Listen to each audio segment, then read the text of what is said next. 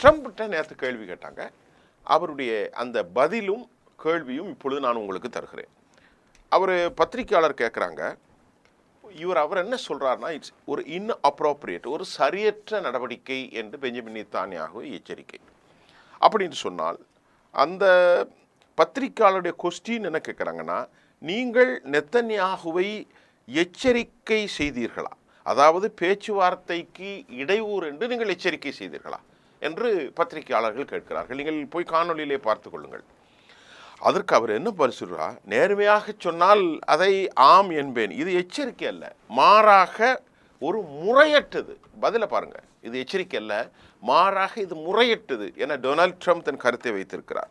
அடுத்த கேள்வி, என்னதான் நீங்க சொன்னீங்க சார் ட்ரம்ப் சார் அப்படின்னு கேட்குறாங்க. அதுக்கு பதில், பேச்சு நல்லா முறையில் இருந்திருக்கிற போது நெத்தன்யாகுடைய இந்த நடவடிக்கை இன்அப்ரோப்ரியேட்டாக இருக்கிறது, இது சரியில்லை, குழப்பத்தை ஏற்படுத்தும் என்று அவர் மீது அவர் கோபம் கொண்டிருக்கிறார். அது மட்டுமல்லாமல் அவர்களுக்குள் கடுமையான வாக்குவாதங்கள் தொலைபேசி மூலமாக வந்ததாகவும் வெறு தகவல் வந்திருக்கிறது. ஆனால் இதை நெத்தன்யாகு மறுத்திருக்கிறார்.